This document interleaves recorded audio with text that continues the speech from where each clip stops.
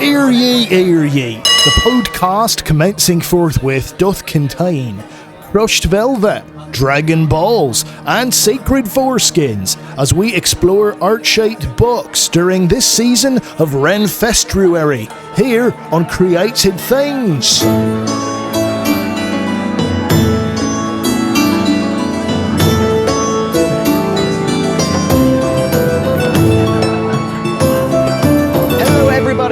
Welcome to Created Things, the only podcast that wants to, this Valentine's Day, get physical. And I mean that in the creepiest, weirdest, chastest kind of way. I'm your host, Dominican priest, medievalist, Father Gabriel Toretta, and with me is my co-host, artist, psychotherapist, Jacob Flores Popcheck. How are you? I do find it hard to believe that we'd be the only podcast this Valentine's Day that wants to make people get physical. I feel like that probably is a pretty wide category. Yeah, but I'll take your word for it. But meaning it in a weird, chaste kind of way. Yeah, simultaneously weird, creepy, and chaste way. I mean, that is our brand. That is like completely our brand. I might even be willing to put like that this is weird with a Y. I'm not totally sure. I'm not committing to that, by the way. I love weird. I'm not with committing a Y. to it, but I think it's kind of important. And since, properly speaking, this is part of our bold, beautiful medieval series of yes, Ren-Fest-Ruary, which is a completely reasonable term that everyone understands right at the top of the head, right upon first hearing it. Yes, it's February and Ren-Fest combined. Ren-Fest-Ruary. Because everyone knows that February is the month for Ren-Fests. Exactly. Well, it's at least the month that most closely can alliterate into being combined with Ren-Fest. Yeah, I mean, we could also have just done like July Fest, but we didn't. That's stupid. But we didn't because you see Jacob, I just feel really, I don't know how to put this. I just feel really judged. I feel like somebody just walked into this room and his name is Judge.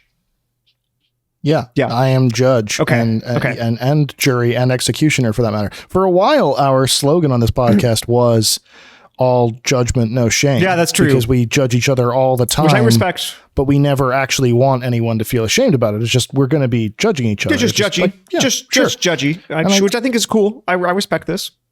Yeah. Except that in this case, I do actually kind of want you to feel ashamed. Okay. I'll try. It might not work. You don't really have any shame. It's kind of something that you don't have a huge capacity for. Yeah, that's right. Hold on. Let me just shaming intensifies. No, it doesn't work. I'm sorry. That's you try a sort of really bad Japanese voice, and sometimes you can get some of these things, but they don't always work, you know? I assumed it was sort of a like a Super Saiyan kind of anime reference that you were doing. I don't know what those words mean. So I'm going to say, how dare you? Oh, come on. You lived in Japan. You speak Japanese. You watched a shit ton of anime. Don't lie. You said, but Super Saiyan anime? What are you talking about? Super Saiyan? When you go like Super Saiyan mode, isn't that like a Dragon Ball thing? I never watched Dragon Ball. I never watched Dragon Ball. But I have read the early 18th century serialized novel comic book that it's based on. What is that? I'm blanking on the name of it right now, which is really embarrassing because I just brought it up. But the Balls of the Dragon. Balls of Dragon. G. Yeah, no, it's really amazing. It's from the first half of the 19th century, and it's this just like really trashy serialized sort of adventure stuff. Yeah, it's really wild. There's a scene in it where because by this point they've had some enough interaction with like Western Europeans and stuff that they're familiar with like some of the basic narratives of Christianity and stuff. So there's this really, really, really wild kind of parody of the Annunciation in it, where like this demon. I mean, they don't have angels exactly, so like a demon, but it's not necessarily a bad person. Spirit of a sorts. Spirit shows up to this woman and is like making fun of her and is like, hey, your guess is going to have to like carry some like weird god baby thing. She's like, somebody else? And he's like, it's you. And she starts crying and she's like, you're ruining my life. And he's like, I know, I'm doing it anyway. And then like everyone's sad. It's like, oh, okay. And that's what Dragon Ball Z is based on. Yeah. Oh, wild. Yeah. We need to do a whole episode on that. Yeah. You want to change topics and throw away Ren-Fest-Ruary completely and just talk about this? That's right. Early 18th century, pre-Meiji Reformation Japan, Uary. Seems cool to me. Yeah. Dragon Balls everywhere. Dragon Balls everywhere. February. Yeah, that all seems pretty reasonable to me. Yeah, that seems like, yeah, sure. Honestly, why not? I love it. I love it. Well, I am actually excited, in all seriousness, for our actual Ren-Fest-Ruary medieval topic today, because we one of my favorite episodes we've done was our episode last year for Valentine's Day on making cards. I just really resonated with that. It sort of reinvigorated my love of kind of hand making cards for people. Oh, cool. Manufactured a lot of opportunities to make cards for people this year, kind of as a direct result of that episode. And I also, as you know, I'm a big fan of like just holiday aesthetics. I mean, Christmas aesthetics are pretty popular, but I like the more obscure holiday aesthetics as well. Easter aesthetics are just so weird and fun. And, Valentine's Day aesthetics, I think, are particularly undersung, but also just fantastic. All the pastels and the really tight color palette combined with just really freakish, bizarre collections of imagery. And so we're doing this medieval, like kind of Ren-Fest inspired series here. And I also wanted to somehow tie in the Valentine's Day thing. And it just so happened that I was scrolling through Pinterest and I came across something that I did not know existed at all, which is these medieval and early Renaissance books, like illuminated manuscripts, I guess, but they are in the shape of hearts. Yeah. They're sort of these proto Valentines almost, and they're very Valentine-y. They're like kind of the distilled nugget, like the most boiled down version of all the Valentine's Day aesthetics I love. And I was like, this has to be our topic for our Valentine's Day and Ren-Fest-Ruary combination. If only you're like, just like gentle listener, imagine yourself, flashback music. Imagine yourself, you're Jacob Flores Popchak. You're scrolling through the internet. You go to Pinterest, which is a thing that you do without shame, with very little shame, with a lot of shame.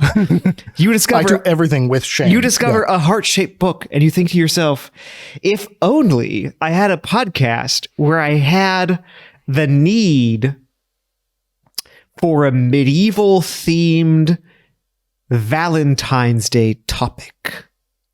Yeah. Real narrow shared space in a Venn diagram. And it just hit that sweet spot. And then like perfectly. Eureka moment, and then flash forward and here we are, so like, this is it. Yeah, this is exactly it. But this is absolutely fantastic. And I just, guys, when I say this is the podcast that this Valentine's Day wants to get physical with you in the weirdest, chastest kind of way. This is what I mean, because we're talking about making physical heart things as a sign of what's happening on your heart on the inside. And we're going to talk about various ways in which that means. And I promise you all the ways in which it means are delightful. Most of them are weird. And actually, surprisingly, most of them are quite chaste, actually. So let's get into it. I want to start before we jump. I don't want to jump right into the heart-shaped books themselves. These physical objects that are in fact books that are shaped like hearts. And all y'all who are this is the moment, if you have not yet had the courage to receive your created things experience in a visual format, this would be the great moment, because over this episode, we're going to be showing you some great things of like heart-shaped books, etc. So maybe this is the time. Okay, but before we get into the physical objects themselves, I want to do what I like to do, which is talk a little bit. Just take an extremely historical backdoor into the topic. Yes, exactly. Because what would it even mean to approach something without an incredibly niche historical backdoor? Yeah. Because the topic isn't niche enough. No, the topic, I'm afraid, is just entirely too broad. Books that are shaped like hearts from the later Middle Ages. We could talk about that for hours. Instead, we're going to start by asking the question, which is a cool one that that has exorcised me before. And I was excited to have the moment to kind of track down, which is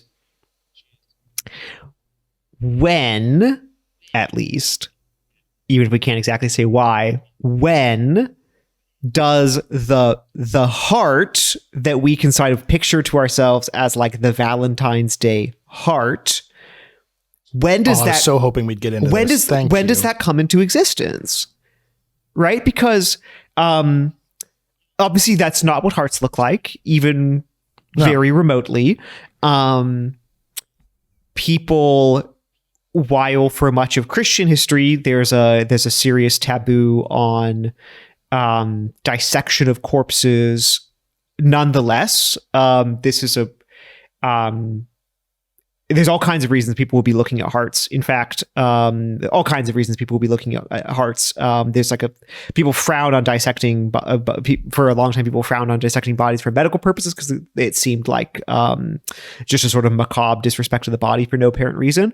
Kind of objectification. Yeah, but there's lots of reasons that you would open up somebody's body. And frankly, this is an era till the modern world, like you're living really up close to death. People might. Things happen and you could see inside people. So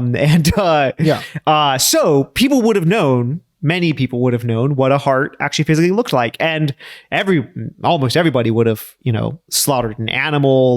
These hearts look substantively similar to human hearts. So just to say that, if you asked any random person in 300 AD anywhere in the world to draw me a heart, nobody's gonna make the little whoop, kind of whoop. Nobody's gonna do that. The little two curves perfectly parallel, with a little divot and the nice point at the bottom. No one will do that. So the question is when does this become a thing? And the spoiler alert, without giving the answer, is that we do actually have a pretty nice, pretty concrete answer to the question for kind of the Western European visual artistic tradition, which is really exciting. Do we really? Because this was something that I actually years ago remember trying to look into, and I just remember reading. When you sort of either go through a book or an internet article, and the person is speaking with a great deal of confidence about either a literary work or a historical reality. And they really seem like they know what they're talking about, except the theory itself seems so cockamamie and so kind of in line with very particular, very niche modern agendas that you're like, this feels suspect. Every time I've ever encountered theories on where the hearts come from, where that shape for a heart comes from, it always feels a little bit like that. So I'm actually kind of fascinated as to this confidence that you have that it comes from, that we have a clear starting point. Yeah. So there's this want to give a shout out here to a book that was really helpful for me in thinking about some of this material, which is a book by a guy named Eric Jaeger.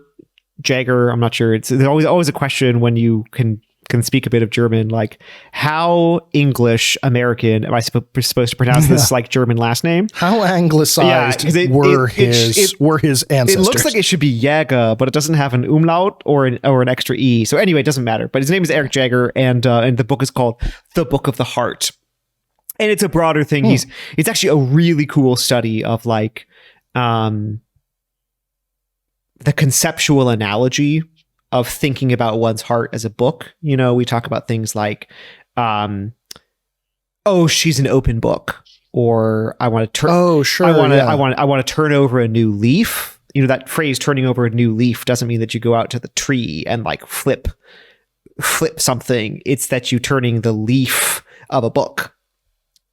Or even the idea of like the book of love, a la Peter Gabriel, right? Like sort of looking at you know the collective idea of love that we all contribute to as being a book. Yeah. So there's all this cool stuff about this. So the book is a general thing about like the theory of mind and the theory of memory involved in talking about the heart as a book, which is actually super cool. I mean, I'm into this stuff, but in any case, he also tracks down and gives a pretty good answer to this question that from the little bit that I can say of kind of independent art research I did on this in the time that I had, I can say seems to be verified, including a bunch of things that like I found on my own, not realizing that he also referenced them.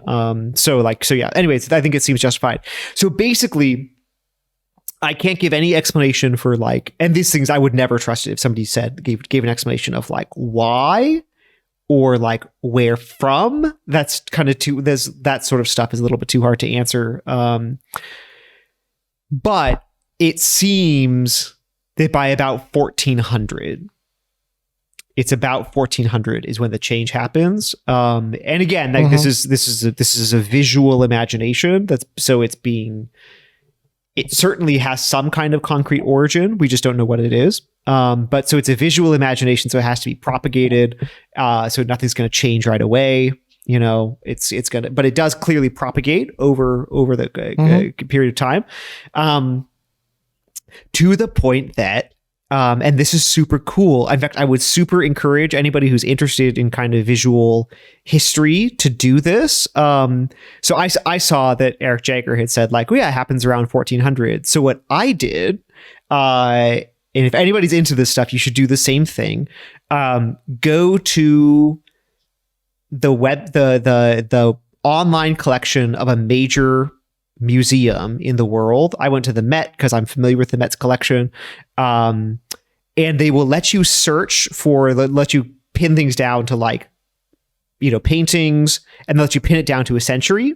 So just do it. Like pin it down for paintings in say like 1200, just searching for the keyword heart, nothing other than just heart, and see what comes up. And then search for it again in like the 1300s and search for it again in the 1400s.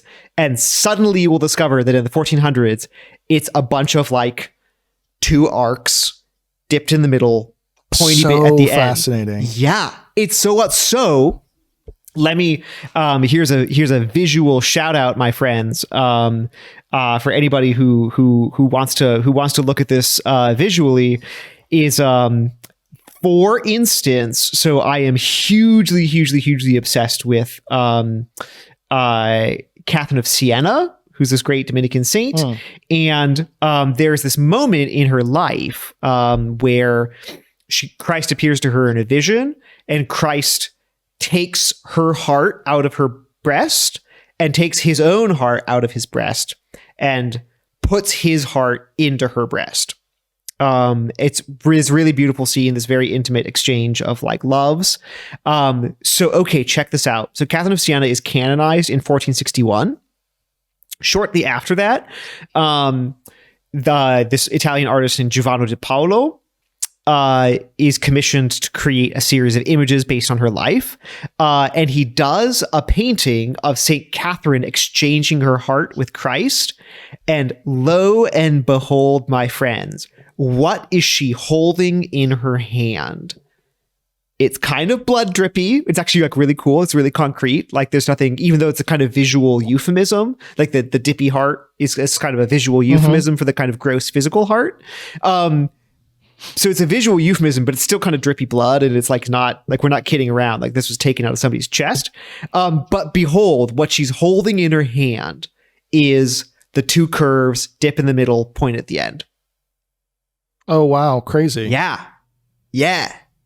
And that's that's kind of, what year is that's happening? So we're roundabout. It seems that you can recognize this pattern by about 1400.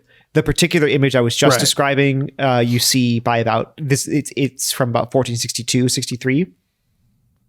That's so fascinating because I was trying to find, obviously, dating back to many pre-Christian cultures, whether that's ancient Judaism or, the Greeks or anything, like the heart as a literary device for love and almost like the soul and those kinds of things is used. But I was trying to find in this sort of exploration of the heart-shaped books thing, what might be some of the earliest visuals we have for that. And one of the ones I found that was most provocative was in a strictly romantic context, not a religious context, but a manuscript in 1250. I think it was called the Roman de Poiré, if I'm pronouncing that correctly, Roman de Poiré, 1250. And it's an illuminated, I always have trouble with illuminated letters, but I think it was an illuminated S. And this guy was handing his lover his physical, like anatomically correct heart. And she's sort of standing like Juliet on a balcony, and he's ripped it out of his chest, and she's a little bit horrified by it. Like her face is not pleased. And I love that. That's kind of delightful. So it's fascinating that in 200 years, it's shifted so aggressively, especially because, my example is one specifically of eros, right? Of erotic love between two people.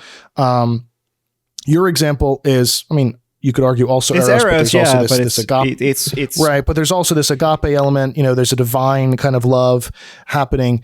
And you would almost think that the physicality of that, because Catherine of Siena's visions were so rooted in kind of the physicality of Christ, right? That you would almost think that it would use the anatomically correct heart as a like fundamental characteristic of the vision. And it's so interesting that by that point, that symbol has become proliferated enough that it's a more effective visual signal of the spiritual reality. Yeah. Like that says a lot about how popularized that symbol has gotten in a very short span of time when you consider how long historically people knew what anatomically correct hearts looked like, right? That's literally exactly since the beginning of human history. That's exactly right. No, I hadn't thought about that connection, but it's such a good point because like this story, so it comes directly from the most famous life of hers that's written by her confessor, Raymond of Capua, and it's Ray.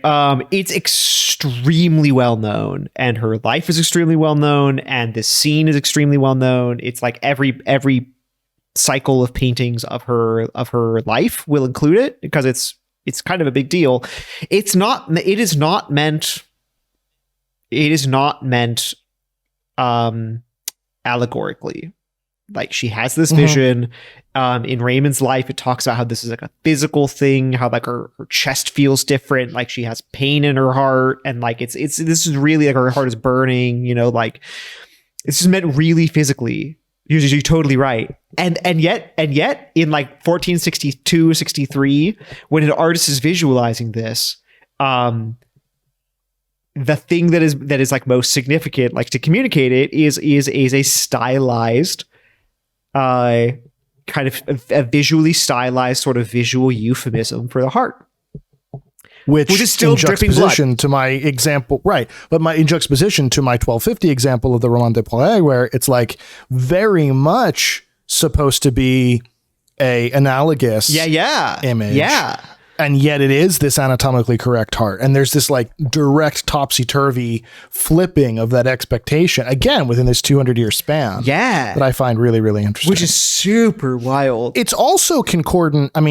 To bring it back to why we're talking about this, I feel like it might be coincidental, but it feels like the popularization of that symbol is at least parallel with the popularization of Valentine's Day itself, right? Like when we're talking about, like last year in our episode on cards, which I do recommend people go back and listen to, I think we did discussed that some of the earliest references to like Saint Valentine's Day as something other than a feast day, but actually like also a day to celebrate what would be considered sort of courtly love and romance and those things, is like right there in Shakespeare, right? That he's referencing this. And so, you know, if you're also seeing this huge popularization between 1250 and then, you know, 1460 or so of this heart symbol, it seems like it must be going hand in hand with kind of a courtly love, romantic Valentine's Day thing. I mean, I don't think that's going out on too far of a limb to. No, it does seem like it. Jagger in his book, he does talk about that a little bit, that like that there's some extant French courtly love poetry that seems, you know, it sure seems like the first examples of things that you would call kind of like Valentine's Day poetry, basically. So like, yeah, there's certainly these kinds of things, you know. But like, so yeah, that's an important point though. So like the 13th century, the 12th, the 13th, and the 14th, and then into the 15th century, like, these are like really developing in the 12th century, but then moving on from there. This is an era where like there is such an interconnection and interexchange between what we tend to like nicely divide and describe as secular love, language and works of art, and physical objects like manuscripts and these kinds of things, and religious works dealing with the same subject in a religious context. There's such an inter-exchange and engagement with the two that it can be like, it does not behoove one to draw the distinction too clearly. Yeah, it's a super blurred line. So it's in a really lovely, delightful way. Yeah. And sometimes, sometimes, you know, like the Roman de la Rose is like really clearly, I mean, much better pronunciation than mine a few minutes ago. You know, I mean, it's clearly not intended for for priests audience, but like most of these books, like most of these romances that are written at the very end of the 11th century, seem like they were like the Chanson de Roland, the Song of Roland. Which is this like, you know, it's this like courtly sacrificial sort of whole thing about combat and all of this. And like there's a bunch of these kind of chansons from the end of the 11th century, the beginning of the 12th, that are people for a long time considered sort of like secular literature, love literature, knights, you know. Bro, every single one of these was written by a priest. Oh yeah, always. Like they were written by priests, and maybe for priests. We don't really know, but in any case, they're really popular. But so just to say, assume for priests by priests. So it's just to say, there's a lot of interpenetration here, and like that's cool. That's all really beautiful. So we're not going to draw the line too clearly. And in fact, like this idea of like the Book of the Heart or heart books or whatever you want to call them, shows that super duper clearly. So these first two examples that we gave were clearly. There's this really fascinating thing. We're like, oh my gosh, actually, and this is like weird narrative sometimes where it can be like, oh, the farther you go in history, like the more likely it's going to be some kind of like quote secular romantic love as opposed to religious love or whatever. But like, behold, I mean, these are just random examples we found, but like the one from the 13th century is the kind of like two people courting, or, you know, one guy trying to woo a lady rather unsuccessfully by tearing his heart out of his chest. And the other is, you know, this lady who's been wooed pretty successfully by having her heart torn outside of her chest. By Jesus, as it turns out. So, you know, that's all cool. But let me bring us for a second to not quite to a physical heart-shaped book, but almost, which is all of this is just so much preamble. Speaking of Shakespeare, we're going to give you a 25-minute preamble to the actual topic. Oh yeah. Hey, it's all relevant. Okay. It's all there. So if you do this, what I described with the Met online collection. Oh yeah. So you put in the time constraint for like the 15th century, and then you just put in heart, and you just have the patience to kind of scroll through what comes up. You will find this stunning image, which you should really look at. If you are watching the video version of this, we're going to give it to you for free right now. It's also free on the Met website, but there it is. So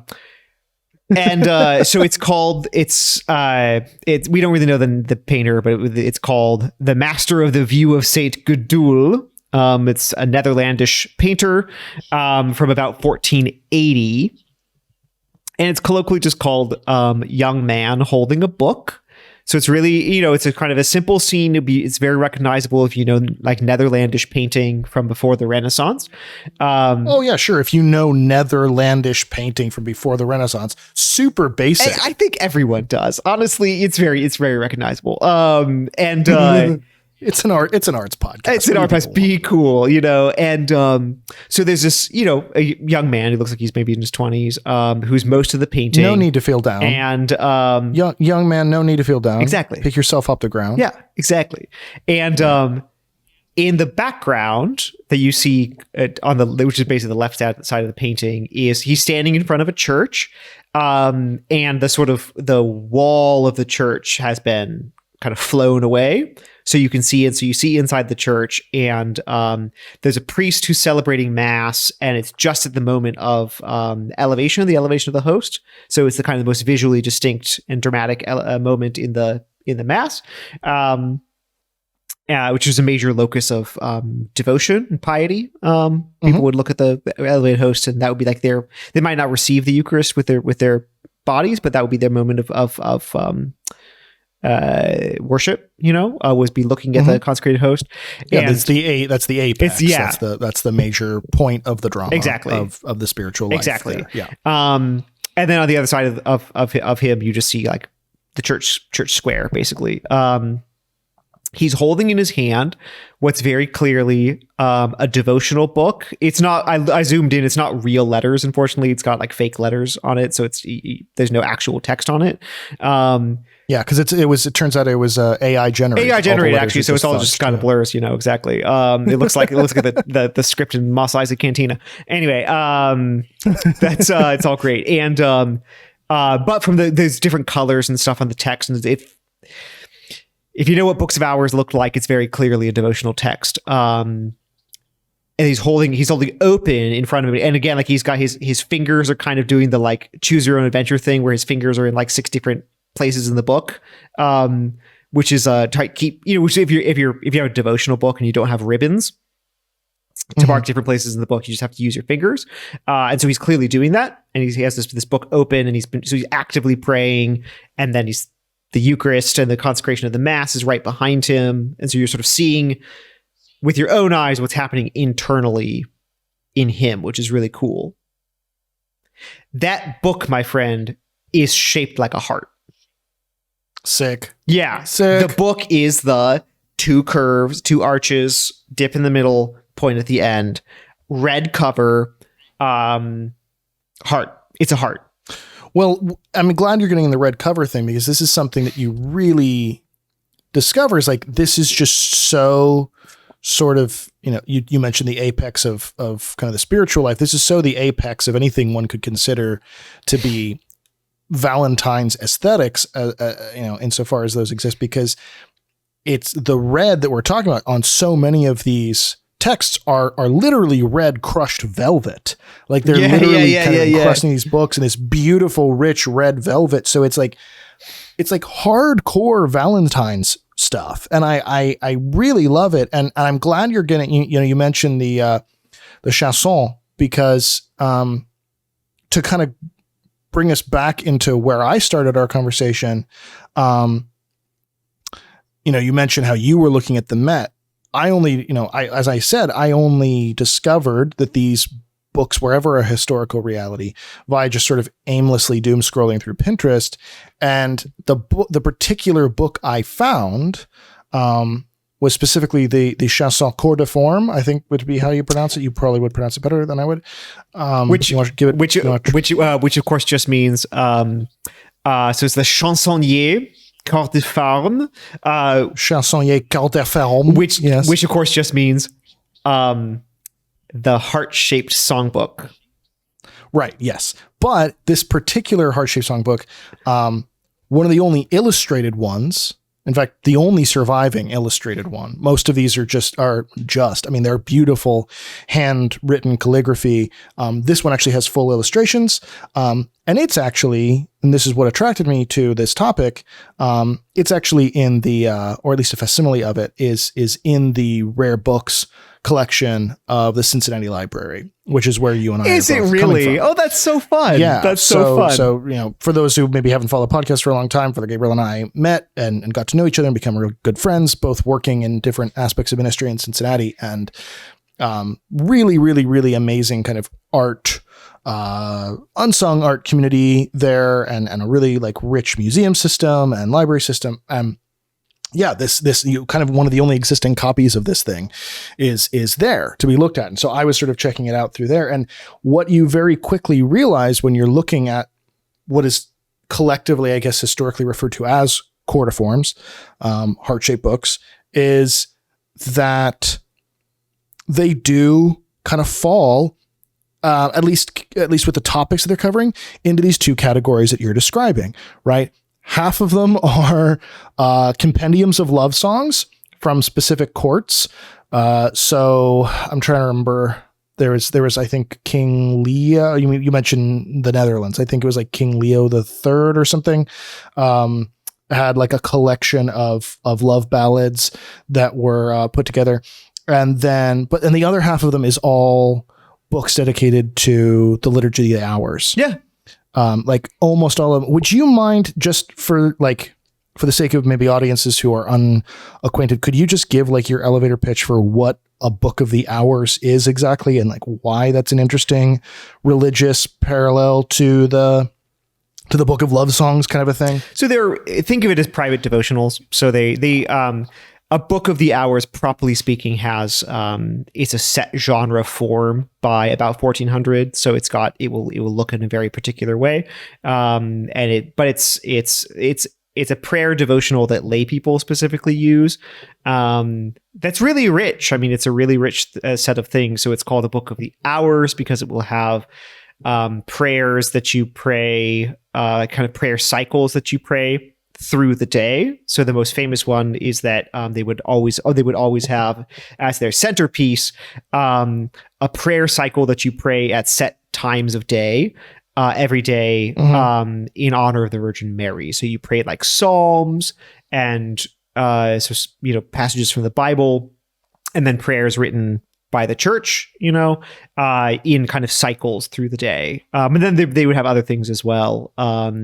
With these heart-shaped books, they may or may not be like strictly, absolutely speaking, books of hours, but there's lots of other kinds of devotional texts, I mean, you find them anywhere today, just like small, easy to carry around, usually pocket books, small things that you can just fit in your pocket, and then when you have a spare moment, and you like, cell phones haven't been exist, so you don't like waste it scrolling on TikTok or whatever, and you just like pull out your pocketbook and you pray for a little while, and then you put it back. But I guess what's interesting and particularly vibrant in that for me is that it would be easy to, in this very kind of cursory and shallow way, look at the religious examples of these and the sort of courtly love song compendiums. Now that's what I call courtly love. Now exclamation point. And that's what I call courtly love 6. Right. It would be easy to, in this very shallow way, say, well, what they have in common is love, right? And sure, that is true, but what I find particularly arresting about the fact that so many of these are love songs and so many of these are Book of Hours and personal devotionals specifically, rather than say like a book of kind of common worship, is the intimacy that implies. right? So like when I'm praying any kind of, prayer system over the course of a given day. And again, like other religions might have, similar equivalents. Like I think an equivalent that a lot of people might be more familiar with is, for instance, like the Muslim call to prayer, right? Where there are certain times of day that, I'm facing east and I'm going to go, pray and offer myself up that way. And when you're doing that, when you're engaging in this system of little by little prayer throughout the day, as opposed to just kind of one set prayer time in your day or one set day of worship, that's implying a tremendous intimacy between you and the divine, right? That's establishing like a deeply personal relationship with God where you're saying, I want to be with him all day long. I want to be communicating with him all day long because I love him so ding dang much. And that, I think, is the really particular shared space in that Venn diagram where you're singing love songs because you want to be that close to that person all day long. And you're carrying this little heart-shaped book of those love songs, or you're carrying this little heart-shaped book more often as a personal devotional to also keep you connected with God in this way. And so it's not just kind of love books. It's really deeply private intimacy books that happen to be shaped like little hearts and enrobed in crushed velvet. And that I think is super freaking Which cool. is a super trip. And let me just emphasize that point that you just made, because Sure. this is also when you are like, girl, if you want to hide the fact that you are head over heels in love, and you want to hide the fact that you're reading like love songs about the person that you're in love with, don't carry around a book that is physically shaped like a heart. If you don't want it to be a secret, though, by all means, carry around a book that is physically shaped like a heart.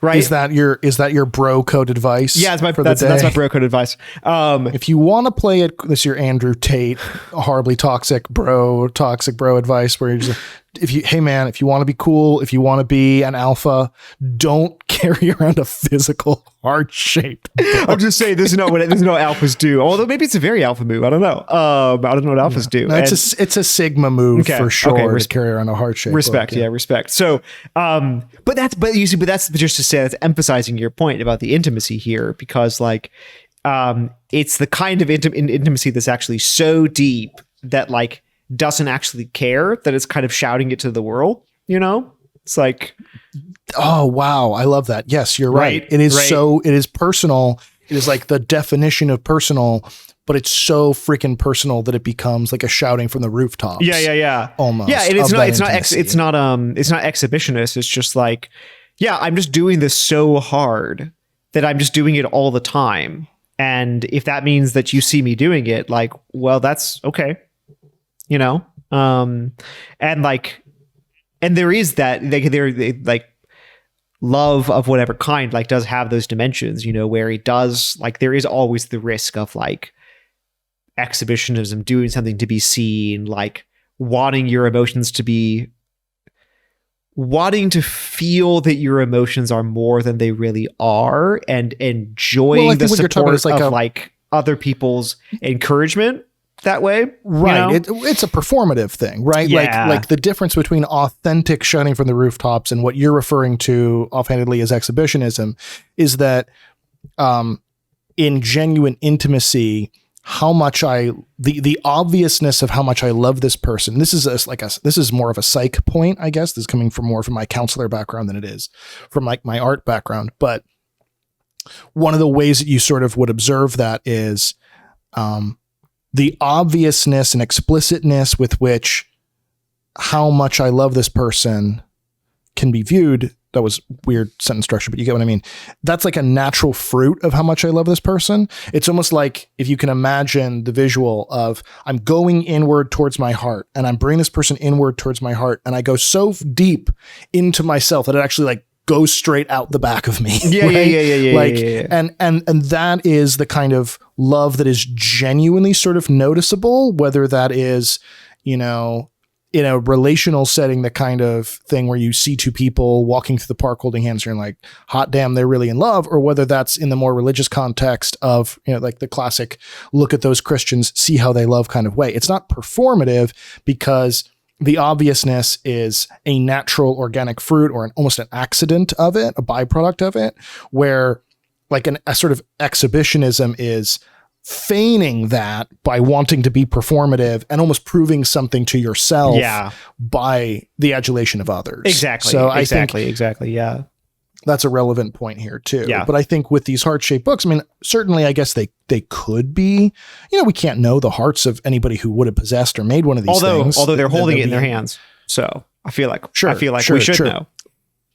Right. But like, although we can't necessarily know what their express intention was at any given moment, I do think that the intimacy of the texts themselves certainly imply more of a genuine kind of obviousness of intimacy rather than the more performative exhibitionist kind that you're talking about. Yeah. Which I think is cool, And of course it gets really complicated. So like, let me just pause for a second and talk about the physical object of the book that you mentioned, the Chansonnier Corps de Femme,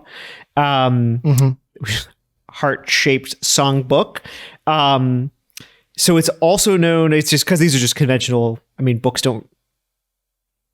it's not a book that has a title, it's a songbook, and it's cool because it has musical notation. It's certainly the only one that has musical notation in it. So it's really cool. It's got these 43 love songs. There's secular love songs, so dude singing to a lady and vice versa. So it's all really cool. It's the other kind of colloquial name for it is the chansonnier, so the songbook de Jean de Montchenu. Now you're just showing off now. So, but the thing is, so this is a person, right? Jean de Montchenu. So this book is made it's not by him, but it's for him, for Jean de Montchenu in like 1470 to 1475. He's a priest. Oh, wow. We know it has to be before 1476, I believe, because he's made a bishop in 1476, and there's some things that go on there.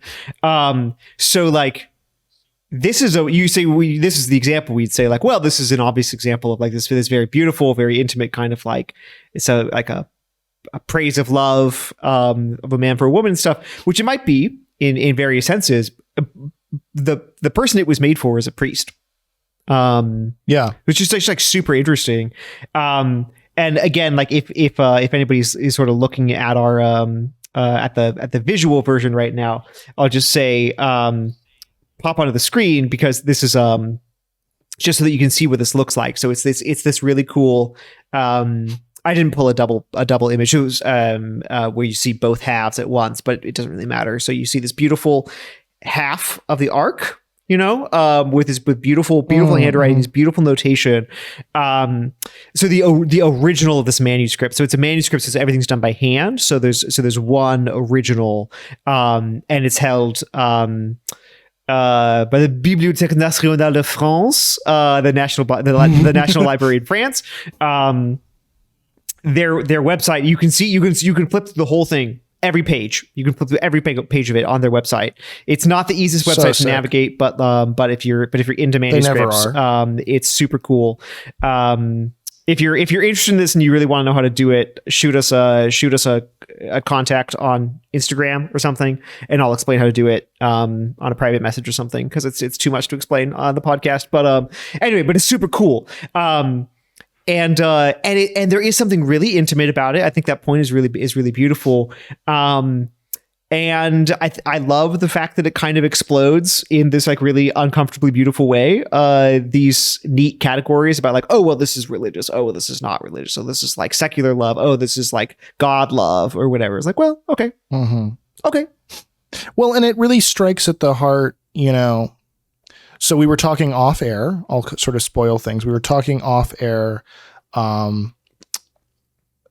because at time of recording, we are approaching the feast. This is a very roundabout point I'm about to make, that it's exclusively fueled by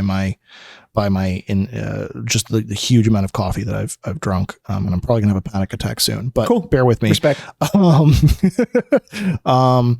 We were talking off air about how at time of recording, the feast of Saint Agatha is coming up, and how there is a Sicilian tradition, because part of Saint Agatha, who was a early Christian martyr, part of the torment that her pagan persecutors forced her to undergo was the removing of her breasts. There is this Sicilian tradition of making ricotta and marzipan cakes in the shape of little boobies with like maraschino cherry nipples, and hugely popular. And it sort of represents, and again, this is a very, very short version of this, but it sort of represents two radical aspects of specifically Catholic and also to a certain degree medieval worldview, which is number one, the sort of a comfort with death and suffering that most people in the modern age would find very alien, and that comfort specifically descending from what we call the sure and certain hope of heaven, right? So like these people are so certain of God's love for them that death kind of becomes something to be playful about.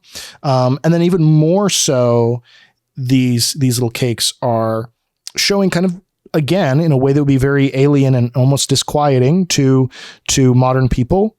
This is becoming a common theme of the Ren-Fest-Ruary, because we talked a lot about this with Hildy in our last episode on Bardcore, that maybe actually modern people are more prudish than medieval people, but it shows in its way that would be uncomfortable to modern people, the kind of radical comfort that Catholics in this medieval and early Renaissance period had with the body and sexuality. Right. And yet, unfortunately, when I was doing research into these cakes, because I was doing like a little write up on it, all you see is just people like saying, oh, yes, the nuns that made this literally, this is like a quote from a lot of this shit, is like they take their repressed sexualities and they channel that into the making of these cakes, or like this is the bubbling forth of repressed sexuality, and that shit just pisses me off so much. I knew it. It's yeah, you knew what it was. Yeah, turns out the bubbling forth of repressed sexuality tastes like ricotta and marzipan. I don't know why it does though. Yeah, it's sickeningly sweet. But I mean, it's just so frustrating, because there is this super sexist, super misogynistic, super puritanical view that we, again, speaking of a psych place, that we inherit from Freud. And he comes in and he says, everything is about repression. Everything is about dismissing sexuality, because of course he's talking to a Victorian audience for whom that was largely true. And, he's also coming in and swiping away this radical Catholic tradition of saying like, the female orgasm is actually really beautiful and important. And he suddenly says, hey, no, actually that's masturbation and women are evil. And like, there's this huge kind of assumption, a radically anti-sex, anti-body assumption that we almost exclusively get from Freud. And we apply it retroactively to the medieval gaze and assume that because these people are before now, they must have been prudes. It must have been just like now, only so much worse. So much worse. So much worse. Yeah. Yeah. But books like these come, I mean, again, I told you it was going to be a very long coffee-fueled roundabout point, but books like these or little booby cakes or any of those things are actually these radical icons of the fact that it's not just the line between sacred love and romantic or courtly love is blurred. It's that it turns out there actually isn't even a line. It's the same damn thing. And this was a notion that people were very confident in for a huge part of Christian history. And we've completely forgotten it now. We project our own Freudian weirdo gonzo lens upon these people, but heart-shaped books and all these other things that we like to talk about on this podcast stand as kind of this icon that maybe that assumption is bullshit. Yeah. It's really neat because in a different art form, one of my favorite medieval ladies is this amazing Netherlandish, in fact, lady from the 13th century, named Hadewig, and she's super cool. So she's like she's a certain kind of religious. So like a kind of like a nun, but kind of like a layperson. It's kind of complicated.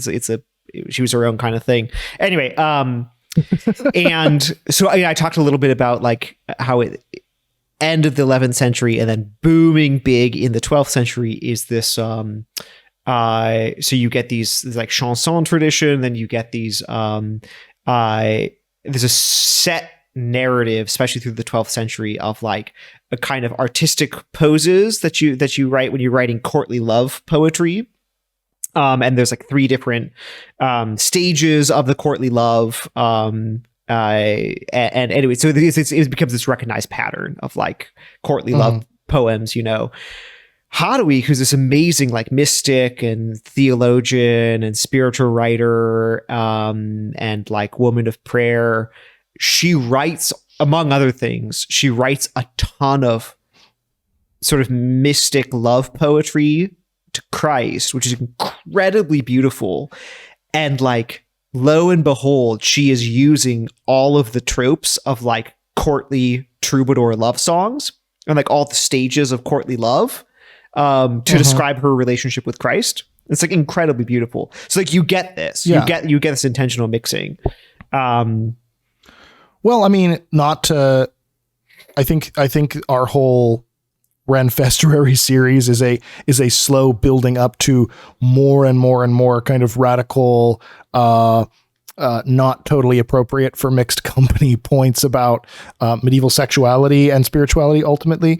But not to give away the topic of our next episode, but like you mentioned Catherine of Siena at the beginning of this. And I think it's important to reference that like one of her visions has Christ proposing to her with a wedding ring that is actually his circumcised foreskin. His foreskin, yeah, right. He doesn't propose to her. That's they have a mystic marriage, and they have a mystic marriage. He weds her with his foreskin, right? Which is really He goes on a magical mystery tour with his foreskin ring. Yeah, and it's incredibly beautiful. I love everything about it. It's incredibly beautiful. Yeah.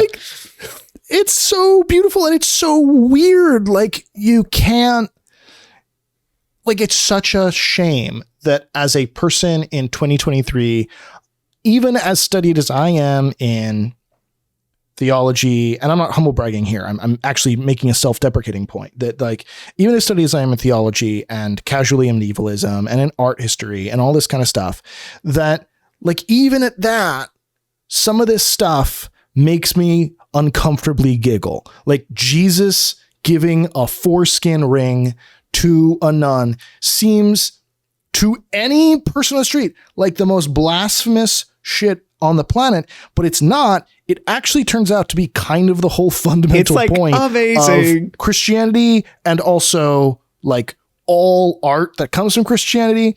It is maybe most simplistically and sincerely, and its most distilled form, represented in these little heart-shaped books because of how much they blur the line, or in fact demonstrate that there isn't a line in the first place. Yeah, and they're so beautiful because and thinking about them, they're I would say that they are at once a triumph of like literal thinking and of analogous thinking. So there's a triumph of literal thinking for just kind of almost two on the nose reasons. Like once we're accustomed to the idea, which it's interesting that they're coming around the same time period when the stylized heart first really becomes widespread. But once we assume that that's widespread, they're like really on the nose literal. Like I take the contents of my heart and I put them in a book, a physical object that is physically shaped like my heart. And the things that are most in my heart are in this heart-shaped book, which is like so literal and so cool. It's almost like refreshingly neurodivergent in the degree to which it's literal, yeah, right? It's like true. there's a kind of like, no, there's kind of no, symbolism. There's no, it's just this. Yeah, no, It is exactly what's in heart. front of me. No, it's my heart. It's my heart. You know, it's my heart. Yeah. That's why I got praised in it and like a love song and stuff. Yeah. In a really sacred way. And then it's also really beautifully like a triumph of analogous thinking because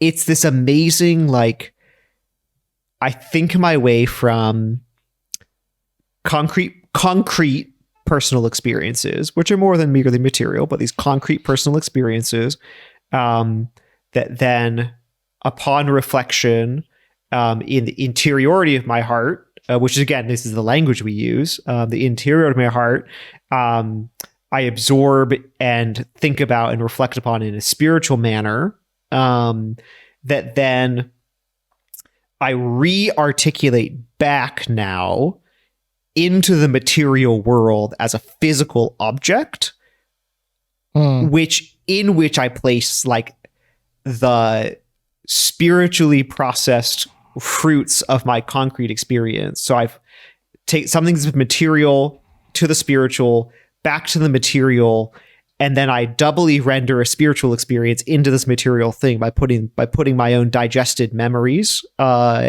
into this book.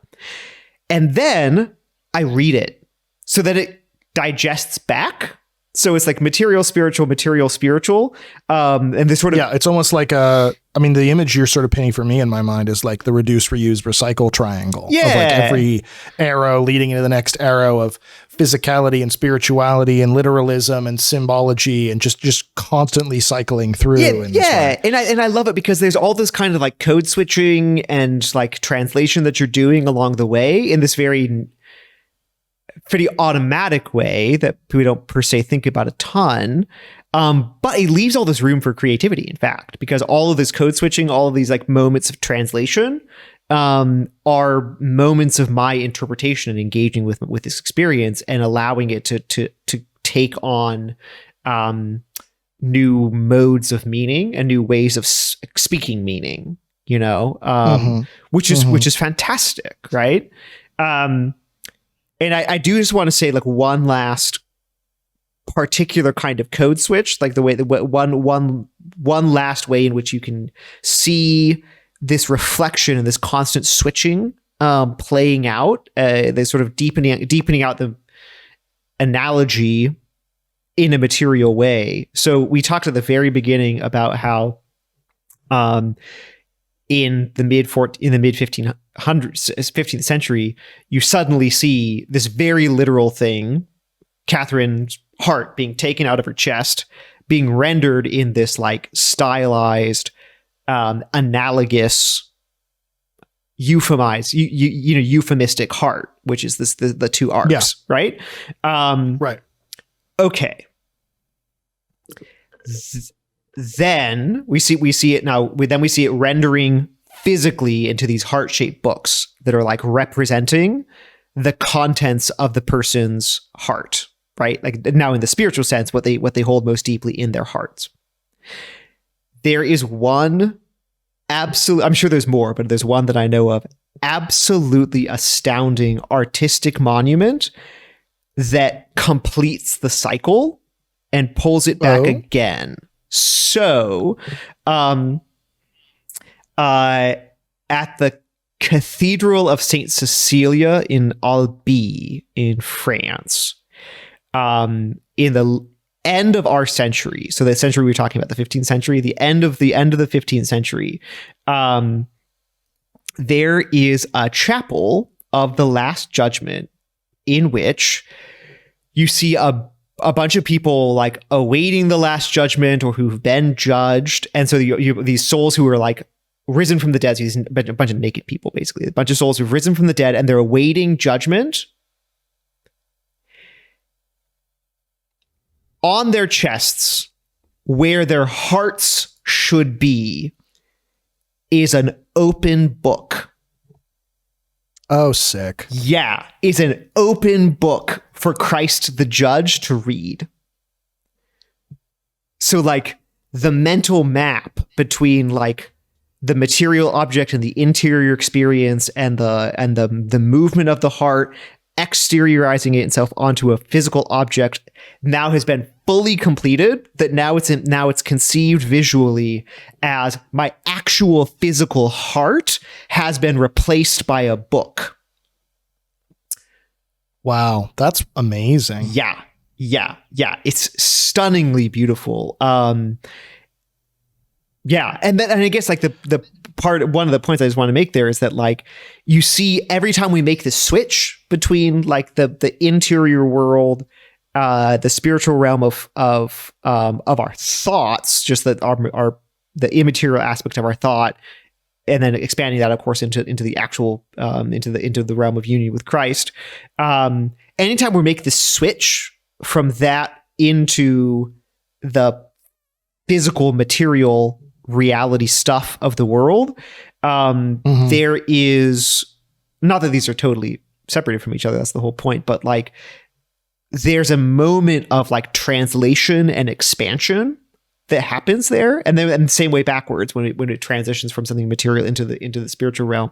Like there's this moment of transformation and like translation that is like the moment where like creative imagination actually happens, you know. And you see like in this like wild, very particular, really concrete physical object of like the heart-shaped book, like all of these different moments of moving back, moving forward, moving back, moving forward, and every time it moves from one direction to the other, the end product is dramatically different in a way that you couldn't have predicted. And you see them all lined up next to each other, and you say like, oh well, of course, you know. But there's no oh of course about it. Like at each one of these switches is many people reflecting really deeply on their own experience and like rendering that into the material world. Well, this is what I love so much about a couple of things. I mean, one, this is what I love so much about any of our episodes that go ridiculously niche. But it's also something I love about what I lovingly think of as kind of these proto logos, right? Where it's an incredibly simple symbol that represents a whole lot, like the heart or the cross, or much more recently, like the peace sign, right? Where it's just a couple of lines and it represents a huge amount of metaphysical concept, where like it is very easy to look at a symbol like that as we might look at a heart-shaped book and say, yeah, love for God, love for another person. Great. You know, let's wrap it up. But then you have these like stacked layers of almost endless symbolism and endless insight into, not to put too fine a point on it, but the heart of the creator of that art form, of the creator of that symbol, of the person utilizing that art form or perceiving that art form. I mean, we have to wrap for time, but like, not to do this too short shrift, but I think even in the way these books are constructed, you can see some of that symbolism, right? Because we talked about how they're sort of, I know we've broken this point down, but how there's sort of two types of these books, right? The religious ones and the more courtly love ones. But there's also two types of mechanic in these books, where half of them, like the Chansonnier Court de Forme, like you keep pronouncing better than I do, are heart-shaped when you close them. So the front cover is heart-shaped, and when you open it up, it becomes almost like a squished shamrock, where it's got kind of four domes. Oh, wow. Okay, sure. On the top, and then going down a point, right? So like if you open it up, there's like these four domes. But then there are others, like for instance, this book of ours I found from the 15th century in France, not illustrated, but beautiful calligraphy, where it is a heart when you open it up. So, one page is the arc, the other page is an arc. But when you close it, it becomes what? It becomes like what we would think of as a teardrop shape from a modern lens. But what to an ancient lens and a medieval lens and all that stuff is consistently referred to as an almond shape. And we haven't even done an episode on this, and I can't get into it now, but like almond shapes themselves have so much symbolism of heaven and earth coming together, of sexuality and divinity coming together. And in a particular way, to go back to my point about St. Agatha's breast cakes, in a culture that doesn't have a ton of access to sugar, almonds are your sort of like, almonds and honey are like your two primary ways to sweeten a thing, right? Which is why you get so much marzipan, especially in medieval desserts. So when you're seeing this isolated almond-shaped cover, there immediately is a connotation of sexuality and divinity coming together, heaven and earth coming together, the sweetness, the sort of earthly, robust, rich, almost sickening sweetness of the almond. And then you open that up and it becomes the heart intimacy. And so literally, I mean, I'd just be remiss if I didn't at least get in a little bit of the aesthetics of how these books are built, right? This is a visual arts podcast after all. And like, just the way these things are constructed, that when you close it, you've got one whole set of symbolism. And when you open it up, you get a whole other deeper sense of symbolism. Like, that is so amazing that you can get that out of essentially just two curved lines, but you do. And millions of people throughout a huge period of history did. Yeah. Yeah.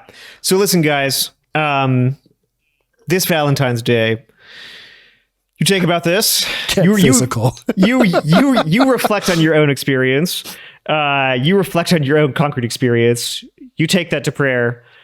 You get physical with it. You do something real weird, and hope it's beautiful. Hope it praises the Lord. Go forth, create cool things. This has been Created Things, a production of Art, Soul, and Mind, hosted by Jacob Flores-Popchak and Father Gabriel Toretta, produced by Kyle Meineke and Jessica Flores-Popchak. Theme song by Federico Carranza. For more on this podcast and the artists featured, follow us on Instagram at Created Things Podcast, and subscribe on YouTube, Spotify, and wherever fine podcasts are streamed.